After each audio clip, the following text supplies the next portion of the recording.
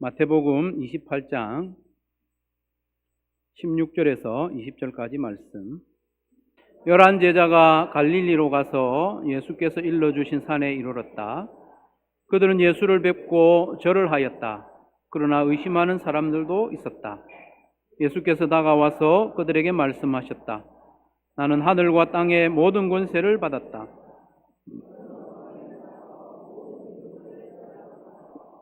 아버지와 아들과 성령의 이름으로 세례를 주고 내가 너희에게 명령한 모든 것을 지키게 하여라. 보아라, 내가 세상 끝날까지 항상 너희와 함께 있을 것이다. 아멘. 우리가 신앙생활을 함께 하고 있는데요. 전도하라고만 안 하면 전도하라고만 안 하면 얼마나 내가 마음 편하게 신앙생활 할 수 있을까 하는 분들이 막 방금 드러났죠. 네. 저도 좀 그런 마음이 있어요. 전도하라고만 안 하면 VIP 이야기 좀 그만했으면 좋겠다. 너무 부담이 되고 들을 때마다 스트레스가 된다 이렇게 생각하는 분들이 있습니다. 하지만 여러분, 영혼 구원하여 제자 만드는 일을 그 일을 위해서 우리가 고민하고 또 심지어 스트레스도 좀 받고 수고하는 일이야말로 가장 영광스럽고 복된 일인 줄로 믿으시기를 바랍니다. 복된 일. 이걸로 고민 안 하면 다른 걸로 분명히 고민하게 되어 있습니다. 영혼 구원하고 제자 만드는 일로 늘 고민하고 애쓰는 저와 여러분 되시기를 바랍니다. 고린도후서 7장 10절에 보면 하나님의 뜻대로 하는 근심은 영혼 구원하여 제자 만드는 일보다 더 하나님의 뜻대로 하는 근심이 어디 있겠습니까? 하나님의 뜻대로 하는 근심은 후회할 것이 없는 구원에 이르게 하는 회개를 이루는 것이요, 세상 근심은 사망을 이루는 것이니라고 했습니다. 6월 14일에 VIP 초청주의를 앞두고 있는데요. 우리가 준비하면서 우리의 마음을 한번 가다듬고 또 무장하자는 의미로 예수님이 주신 지상명령, 가장 큰 명령을 다시 한번 살펴보기를 원합니다. 영혼 구원하여 제자 만들라는 명령은 사실 좀 부담스럽긴 하죠. 그러나 매우 영광스러운 것이다. 자격 없는 자를 보내셨는데 부활하신 예수님께서 승천하시기 전에 제자들을 다시 갈릴리로 불러 모았어요. 부활은 예루살렘에서 했는데 다시 굳이 갈릴리로 너희들 모여라 한 거죠. 거기서 사명을 다시 맡기셨어요. 16절 17절에 보면 제자들의 상태가 별로 좋지 않아요. 자격을 갖추지 못한 것 같아요. 예수님이 제자들을 다시 불러 모으신 장소가 어디라고 했습니까? 갈릴리의 어느 산이라고 했습니다. 촌뜨기 제자들은 갈릴리에서 다 부름을 받았거든요. 3년 동안 예수님을 따라다니면서 훈련을 받았어요. 그런데 결정적인 때, 예수님이 십자가에 돌아가실 때 제자들은 다 도망을 가버렸어요. 십자가에 죽으신 후에도 장사 지낼 때 아무도 그 장례 예식에 참여하지 않았습니다. 오히려 유대인의 지도자로서 지금까지는 믿음을 숨기고 있던 아리마대 사람 요셉, 그리고 바리새인 가운데 니고데모가 자기의 믿음을 공개적으로 드러내고 예수님을 장사 지냈습니다. 그때도 제자들은 전혀 도움을 주지 않았습니다. 제자들은 예수님이 부활하셨다는 소식을 들은 이후에도, 그리고 예수님 부활하신 모습을 목격한 후에도 여전히 두려움에 사로잡혀 숨어 지내는 모습을 우리에게 보여줍니다. 그래서 예수님은 제자들을 다시 갈릴리로 불러 모으셨습니다. 예루살렘은요, 지금 분위기가 심상치 않습니다. 예수님을 십자가에 죽였죠. 예수님이 부활하셨다는 소식이 전해지면서 예루살렘은 지금 불안합니다. 그래서 제자들을 그래도 좀 안전하고 평안한 자기들이 평소 생활하던 갈릴리로 다시 불러 모으셨죠. 처음 부르셨을 때를 상기시키고 이들을 재무장시키기 위해서 갈릴리로 다시 불러 모으셨습니다. 여러분, 제자들이 잘 준비되어 있었더라면 승천하실 장소가 예루살렘인데 굳이 갈릴리로 제자들을 다시 불러 모을 필요가 없는 거죠. 예루살렘에서 제자들에게 사명을 주고 당부하고 승천하시면 됩니다. 그러나 제자들의 형편이 그렇지가 못해요. 17절에 보면 제자들의 형편이 더 심각합니다. 그들은 예수를 뵙고 절을 하였다. 그러나 의심하는 사람들도 있었다고 했습니다. 의심하는 사람이 한 명이 아니에요. 적어도 2명, 3명, 4명 그 정도 되는 거죠. 복수로 표현하고 있습니다. 한 사람만 의심해도요, 금세 그 의심이 옆 사람에게 퍼지지 않습니까? 여러 사람이 의심을 하고 있으니 11명의 제자들에게 영향이 얼마나 금방 퍼졌겠습니까? 그런 상태였어요. 그렇지만 예수님은 아직도 의심하고 있는 제자들을 속아내가지고 퇴출시키지 않았어요. 아직 의심하고 있는 자들에게 위대한 명령을 주시고 파송하시는 것을 볼 수 있습니다. 자격 없는 자를 보내시는. 저와 여러분도 사실은 자격이 별로 없어요. 믿음이 뛰어난 것도 아니고. 저 같으면 의심하는 제자들을 딱 몇 명 솎아낼 것 같아. 너 의심했지? 너 나와. 짐 싸서 집에 가. 이렇게 하고 부족한 부분은 다른 사람으로 채우고 싶어요. 아까 말씀드렸던 아리마대 사람 요셉, 얼마나 단호한 믿음을 가집니까? 총독에게 가서 예수님의 시체를 내놓으라고. 자기의 무덤을 준비한 걸 헌신하기도 하고, 니고데모 같은 경우도 사람들이 자기의 믿음을 알면 불이익이 있을 줄 알지만은 믿음을 드러내고 커밍아웃을 하고 했기 때문에 차라리 요셉이나 니고데모를 보충하고 싶어요. 그러나 예수님은 아직도 의심하는 자들을 포함해서 여전히 오합지졸인 제자들에게 복음 전파의 위대한 사명, 이 복음이 얼마나 소중합니까? 이 값진 복음을 이 오합지졸 제자들에게 맡기셨다. 예수님은 하나님이신데 사람이 되셨어요. 성육신 하셨어요. 이 땅에 사시다가 십자가의 죽음과 부활을 통해서 구원의 길을 완성하셨어요. 그 복음을 전파하는 이 위대한 사명을 겁쟁이들, 도망자들, 의심하는 자들에게 맡기셨다는 사실입니다. 하나님 아버지께서 예수님을 이 땅에 보내신 것처럼 예수님도 이 제자들을 보내고 있는 거예요. 그리고는 승천하셨습니다. 그렇기 때문에 예수님이 승천하셨기 때문에 이 오합지졸 제자들이 복음을 전하지 않으면 이 귀한 복음이 사장이 되는 거예요. 이보다 더 영광스러운 위임이 어디에 있겠습니까? 이보다 더 영광스러운 보내심, 파송이 어디에 있겠습니까? 제자들이 이렇게 연약하고 볼품없으니 그것을 보충하기 위해서라도 예수님은 놀라운 약속을 함께 하시는 거예요. 너희들 그냥 가라 이렇게 하신 게 아니고 약속을 함께 하셨어요. 18절, 20절 예수께서 다가와 그들에게 말씀하셨다. 나는 하늘과 땅의 모든 권세를 받았다. 보아라, 내가 세상 끝날까지 항상 너희와 함께 있을 것이다. 하나님께서, 예수님께서 하늘과 땅의 모든 권세를 받았다는 것을 왜 말씀하십니까? 제자들에게 위임하겠다. 그 권세를 제자들에게 맡기겠다는 겁니다. 제자들의 그 허약하고 의심하는 상태로 그대로 보내는 것이 아니라 예수님이 받으신 하늘과 땅의 권세, 천지만물을 창조하시고 운행하시는 그 권세를 위임하여 보내시겠다는 것입니다. 그러니 할만하지 않습니까? 갈만합니다. 순종하여 가기만 하면 예수님이 이 세상 끝날까지 항상 함께 하시고 예수님이 가지신 그 하늘과 땅의 모든 권세가 작동하게 되는 겁니다. 이 얼마나 영광스러운 일입니까? 예수님의 권세가 나를 통하여 나타나는 놀라운 경험은 언제 하게 됩니까? 가만히 있으면 됩니까? 아닙니다. 예수님의 위대한 명령에 순종하여 갈 때, 나갈 때 놀라운 권세와 능력이 나를 통하여 나타나게 되는 줄로 믿으시기를 바랍니다.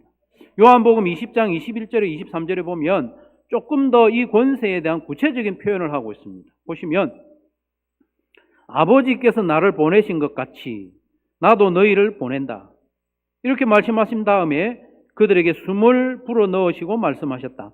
성령을 받으라. 너희가 누구의 죄든지 용서해 주면 그 죄가 용서될 것이요 용서해 주지 않으면 그대로 남아있을 것이다. 아멘. 오늘 본문과 같은 맥락입니다. 부활하신 예수님께서 제자들에게 나타나셔서 하신 말씀이죠. 예수님이 제자들을 보내셨는데 제자들이 누군가의 죄를 용서해 주면 그 죄를 용서해 주겠다는 거예요. 제자들이 그 죄를 가만 내버려 두면 예수님도 그대로 두겠다. 이렇게 말씀하고 있습니다. 사실은 이 말씀은 조금 오해가 있을 수 있는 말씀이죠. 그래서 이 말씀을 잘못 해석한 천주교에서는 사제들이 고해성사를 할 때 자기들이 죄 사하는 권세가 있는 줄 알아요. 신부로 서임을 받을 때 그 권세를 받는 줄 알아요. 그건 아니에요. 이 말씀은 제자들이 누군가의 죄를 직접 사해 줄 수 있다. 그런 권세가 있다는 뜻은 아닙니다. 누구의 죄가 용서되었고 누구의 죄가 그대로 있는지 그것을 판결하고 선포할 수 있는 권세를 주셨다는 거예요.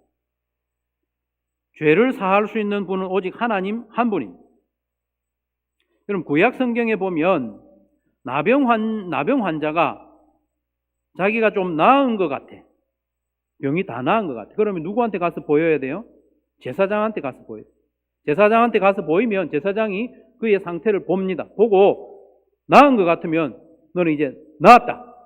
선포를 해주는 거예요. 그러면 이 나병 환자가 이제 가족들과 공동체, 유대 공동체 안에서 함께 생활할 수 있는 자격을 얻는 겁니다. 그런 의미죠. 그런 의미. 이 제자들에게 주신 권세가 그거예요. 교회에게 주신 권세가 그거예요.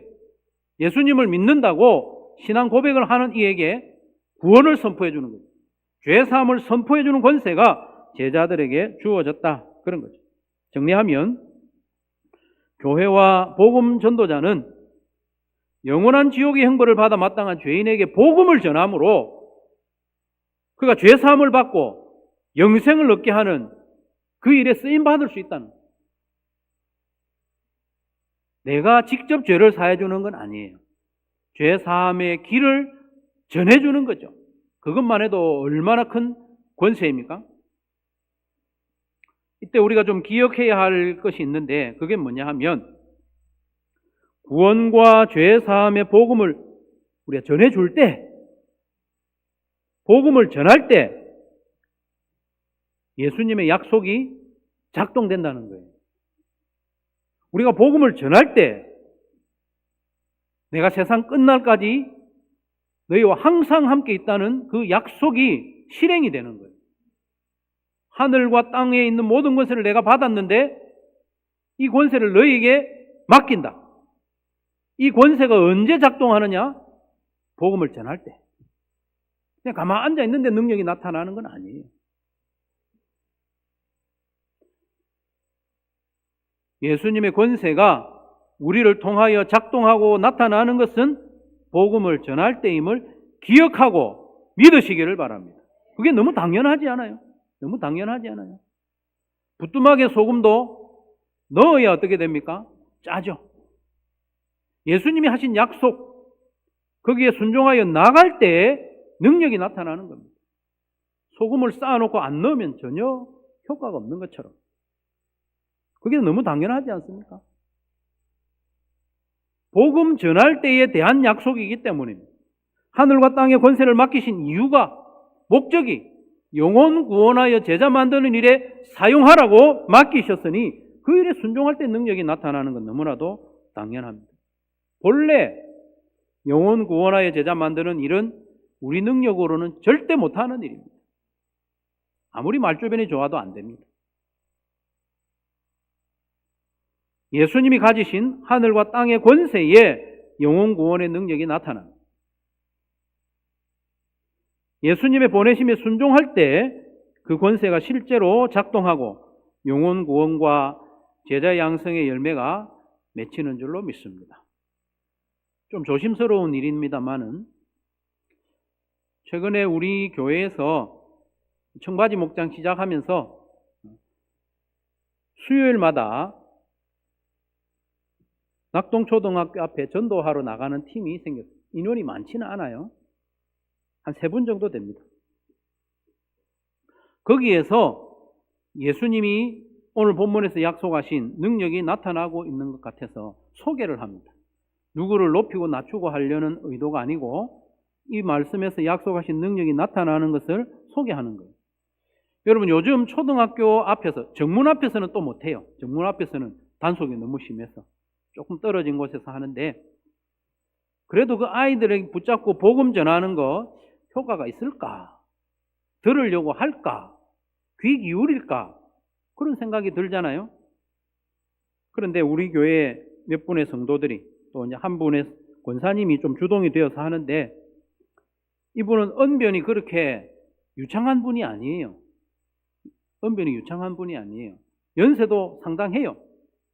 그런데요, 이 아이들이 이 권사님의 전도에 귀를 기울여요. 제법 긴 시간 동안 듣고 앉아 있어요. 진지하게 듣고, 들어는 영접 기도도 하고, 너 가서 부모님한테 허락받고 부모님 허락하면 교회 나와라. 이렇게 하니까 실제로 부모님한테 가서 알려요. 진지하다니까요. 물어보니까 네가 좀 더 크거든 교회 가라 이렇게 해서 나오지는 못했던 친구가 있어요. 영접 기도도 해요. 실제로 몇 명의 친구는 우리 교회의 초등부에 나왔어요. 지금도 나오고 있어요. 이게 뭡니까? 하늘과 땅의 권세가 작동하는 겁니다. 복음을 전할 때 함께 하시겠다고 했으니 그 아이로 하여금 듣고 앉아 있도록 만드는 거죠. 듣고 잊어버리는 게 아니라 수요일부터 주일까지는 상당한 시간이 있습니다, 여러분. 그때 약속한 것을 주일에 지킨다는 건 쉬운 일이 아닙니다, 여러분. 어른도 한 나흘 지나면 잊어버리는데 아이가 기억하고 예배에 나오는 거예요. 말주변이 없다고 부끄러움이 많다고 못하는 일이 아닙니다. 순종하여 나가면 능력은 예수님께서 주시는 거죠. 하늘과 땅의 권세를 가지신 예수님이 함께 하시면 능력은 얼마든지 나타나는 줄로 믿으시길 바랍니다. 그러니 일단 가야 합니다. 가는 것이 중요합니다.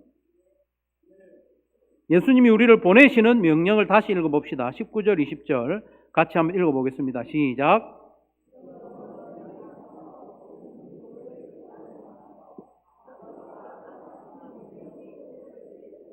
내가 너희에게 명령한 모든 것을 그들에게 가르쳐 지키게 하여라.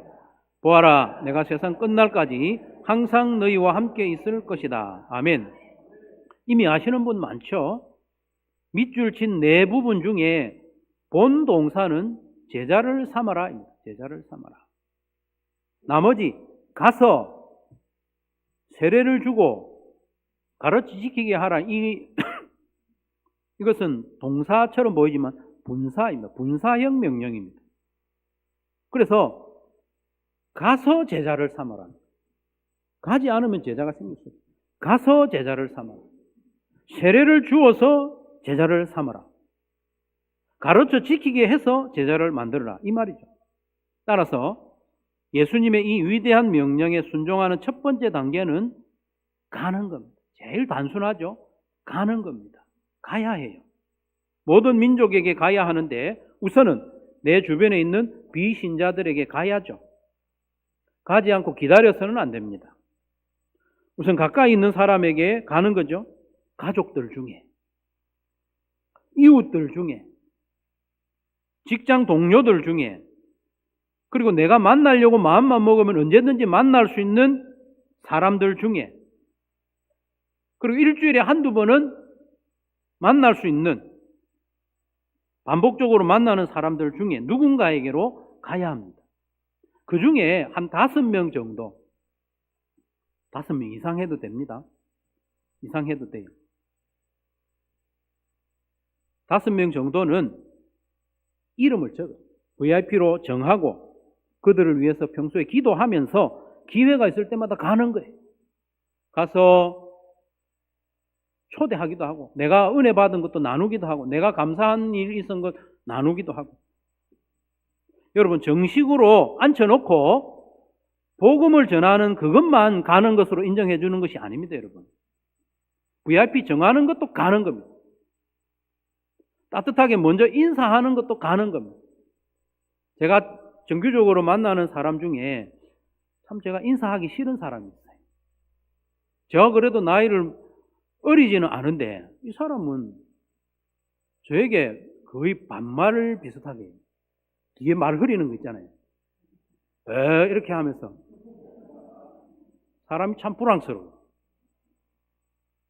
내가 인사 먼저 안 하면 이 사람 절대 인사 안 합니다. 제가 목사인 줄 아니까 이 사람은 언제 내가 또 초대할 기회가 있을 수도 있으니까 하기 싫어도 웃으면서 안녕하세요 인사를 합니다. 그러면 또 이 사람은 하면서 또 인사를 받죠. 그것도 가는 겁니다. 그를 위해서 한마디 기도하는 것도 가는 겁니다. 영적으로 거리가 가까워지는 거죠. 축복의 문자 한 통 보내는 것도 가는 겁니다. 내가 감사한 일이 있는 거 나누는 것도, 문자로 나누는 것도 가는 겁니다. 간다는 것은 내 시간을 드리는 거잖아요. 내 마음을 들여서 가는 겁니다. 물질을 들여서 가는 겁니다. 내 마음을 낮춰야 갈 수 있어요. 예수님이 하늘 보좌에서 우리에게 오신 것처럼 마음을 낮춰야 갈 수 있고 자세를 낮춰야 갈 수 있습니다. 뻣뻣하게는 갈 수가 없어요. 너 인사 안 하네? 그럼 나도 인사 안 하지 뭐. 이렇게 하면 갈 수가 없는 거예요. 내가 결국에는 복음을 전하려고 가는 거지만은 먼저 내가 귀를 여는 게 가는 겁니다. 귀를 열고 그의 이야기를 들어주고 공감해 주는 것도 가는 겁니다. 내가 귀를 열 때에 그의 마음도 열리고 그의 귀도 열리게 되어 있는 거죠. 결국 우리는 그에게 십자가 복음을 전하고자 하는 목적이 있지 않습니까? 그 목적을 가지고 하는 작은 행동 하나 모두가 그에게로 가는 겁니다. 내가 직접 복음을 전하기 어려우면 목장으로 초대하면 됩니다. 주일 예배로 초대해도 돼요. 6월 14일 VIP 초청주일에 초대하면 됩니다. VIP 초청주일은 가정교회인 목장과 또 거기 속한 성도들이 예수님의 이 지상명령에 순종하고 참여할 수 있도록 장을 만들어서 돕는 거예요. 목장을 돕는 겁니다. 성도를 돕는 겁니다. 성도가 교회를 돕는 게 아니에요. 교회가 성도를 돕는 겁니다. 장을 열어놨잖아요. 그래서 모바일로 초대장 하나 보내는 것도 가는 겁니다. 종이 초대장 한 장 전달하는 것도 가는 겁니다. 차 한 잔 같이 하고 밥 한 그릇 같이 먹으면서 초대장 전해주면서 입이 잘 안 떨어져요. 우리 6월 14일 날 VIP 초청주일인데 원래 이 말 하는 것도 어렵죠. 용기를 내서 한마디 하는 것도 가는 겁니다. 그러면서 우리가 좀 민망하게 생각하는 경우가 있어요. 내가 차 사주면서 미안하게 생각해. 밥 사주면서 미안하게 생각해. 그럴 거 없습니다. 잘못 생각하면 이 사람이 내 차 한 잔 대접하고 밥 사주고 분명히 내한테 뭘 요구할 거야. 그런 마음을 가질 거라는 것은 내가 생각하고 괜히 위축될 필요가 없어요. 밥도 사주고 생명을 얻을 수 있는 복음을 들을 수 있는 기회를 제공하는 겁니다. 민망해할 거 없습니다. 미안할 것도 없습니다. 물론 그날 하루 참석한다고 다 예수님 믿는 건 아니죠.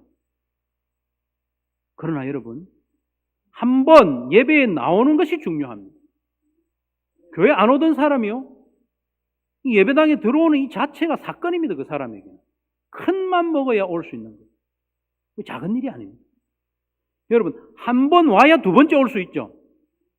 두 번 와야 세 번째 올 수 있습니다. 한 번 발걸음을 시작하지 않으면 시작이 안 되는 거예요. 한 번 초대해보는 겁니다. 장이 열렸을 때 한 번 오고 두 번 오고 세 번 오고 그 오는 것이 쌓이고 누적이 될 때 귀가 열리는 거예요. 영적으로 언어를 배우는 것과 같습니다. 영적으로 가나다라를 배우는 거예요. 한번 오면서. 한번 와서 가를 배우고, 다음번에 와서 나를 배우고, ABCD를 배워야 예수님 이야기가 그에게 들립니다. 십자가 복음이 그에게 들립니다. 들어야 믿죠. 들릴 수 있도록 하기 위해서는 한번 초대하는 것이 무척 중요합니다. 최근에 우리 교회에서 예수님을 믿게 된 분들 다 그런 과정을 지났어요. 한 번 와서 예수님 믿는 사람 없어요. 그런 과정을 지났습니다. 신땡땡 성도님, 권땡땡 성도님, 한땡땡, 고땡땡, 문땡땡, 백땡땡, 김땡땡, 전땡땡, 김땡땡. 예. 이런 분들이 시간이 누적되는 거예요. 한 번 오고 두 번 오고. 이렇게 우리가 VIP를 정하고 기도하고 사랑으로 섬기고 기회가 있을 때마다 내가 받은 은혜를 전하고 초대하고 이렇게 하는 과정 중에 그 과정에 맞는 예수님의 능력이 나타나는 줄로 믿으시기를 바랍니다. 아무것도 안 하면 어떻게 능력이 나타나겠습니까, 여러분? 하늘과 땅의 권세는 가는 자에게 나타납니다. 예수님이 하늘 영광을 내려놓고 우리에게 오신 것처럼 예수님이 우리를 보냈지 않습니까? 거기에 순종하여 가면 권세가 나타나는 겁니다. 1907년에 미국에서 조선으로 온 선교사, 여선교사 루비 캔드릭이라는 분이 있습니다. 태평양을 건너왔어요. 비행기 타고 온 게 아니에요. 배 타고 왔어요. 이분인데 몇 살쯤 돼 보입니까? 20살쯤 돼 보입니까? 네. 이분이 1883년생인데 1908년에 돌아가셨어요. 26에 돌아가셨어요. 25세 이 땅에 와서 복음을 전하다가 26에 순교했어요. 칼 맞아 죽은 건 아닌데 제가 기록을 보니까 맹장염으로 돌아가셨어요. 미국에 있었으면 살지 않았을까요? 그 당시 의술로도. 숨을 거두기 전에, 죽기 전에 부모님께 마지막으로 편지를 썼습니다. 아버지, 어머니, 이곳 조선 땅은 참으로 아름다운 땅입니다. 여러분, 그 당시에 조선 땅이 뭐가 아름다웠겠습니까? 산은 민둥산일 거고, 굶은 사람들이 많고, 일제 치안은 아니지만, 일제에게 괴롭힘을 당하는 그 땅이 뭐가 아름다운 땅이겠습니까? 모두들 하나님을 닮은 사람들 같습니다. 저는 복음을 듣기 위해서 20km를 맨발로 걸어오는 어린 아이들을 보았을 때 그들 안에 있는 하나님의 사랑 때문에 오히려 위로를 받습니다. 아버지, 어머니, 어쩌면 이 편지가 마지막일 수도 있습니다. 저는 이 땅에 저의 심장을 묻겠습니다. 이것은 제가 조선을 향해 가지는 열정이 아니라 하나님께서 조선을 향해 가지신 열정이라는 것을 알게 되었습니다. 내게 1000개의 생명이 있다면 조선을 위해 모두 바치겠습니다 하고 이 땅에서 죽어 지금 양화진 선교사 묘역에 안치되어 있습니다. 이런 선교사님들의 헌신으로 말미암아 이 절망의 땅, 어둠의 땅이 광명의 나라로 바뀌었지 않습니까? 이 나라는 공자를 보유하고 있는 나라는 아니지만 유교 나라였지 않습니까? 이 유교의 나라에 방방곡곡 교회가 세워지고 믿는 자가 얼마나 많아졌습니까? 복음이 전해진 지 100여 년 만에 미국 다음으로 선교사를 가장 많이 파송하는 나라가 되었습니다. 기독교인 수에 비하면 우리나라가 가장 선교사를 많이 보낸 선교의 나라가 되었습니다. 조상신을 버리고 예수님을 믿는다는 것이 그 당시에는 불가능해 보였지 않습니까? 어떻게 예수를 믿어요? 그런데 이렇게 오는 사람을 통해서 피 흘리는 선교사를 통해서 오늘도 우리와 함께 예배드리는 선교사님들이 들어있지만 이렇게 가는 사람을 통해서 예수님의 능력이 나타나니 결코 믿을 것 같지 않던 유교에 쩔어 있는 사람들도 예수님을 믿게 된 것입니다. 그러니 이 시대에도 우리가 순종하여 나가기만 하면 예수님이 약속하신 하늘과 땅의 권세가 작동할 줄로 믿습니다. 물론 우리도 이 제자들처럼 제대로 준비가 안 돼 있는 경우가 많아요. 전도하러 나가면서 있잖아요. 의심하는 때도 많잖아요. 제가 그랬습니다. 제가 70인 전도대를 이렇게 인도하면서 둘씩 짝지어서 전도하러 가면서 있잖아요. 벨을 눌러요. 아파트 벨을. 아무도 없어라. 아무도 없어라. 그런 마음으로 벨을 누른 적이 많습니다. 웃기잖아요. 아무도 없어라 하면서. 우리도 마음에 의심이 있고 확신 없이 나갈 때도 있습니다. 그래도 나가면 하늘과 땅의 권세가 나타나는 줄로 믿습니다. 우리가 순종하여 나갈 때 반드시 능력과 권세가 나타나는 거죠. 왜 그렇습니까? 왜 그렇습니까? 예수님이 하신 약속이기 때문에 그렇습니다. 너희가 가면 능력이 나타날 것이고 내가 항상 함께 있겠다. 약속이기 때문에. 그리고 영혼 구원은 우리가 소원하는 것보다 하나님이 더 원하시는 일이기 때문에 루비 캔드릭 선교사님이 말씀하신 것처럼 내가 이 땅에 심장을 심으려고 하는 이 마음은 내가 조선을 향하여 가진 열정이 아니고 하나님께서 조선을 향하여 가진 열정이라고 말하지 않습니까?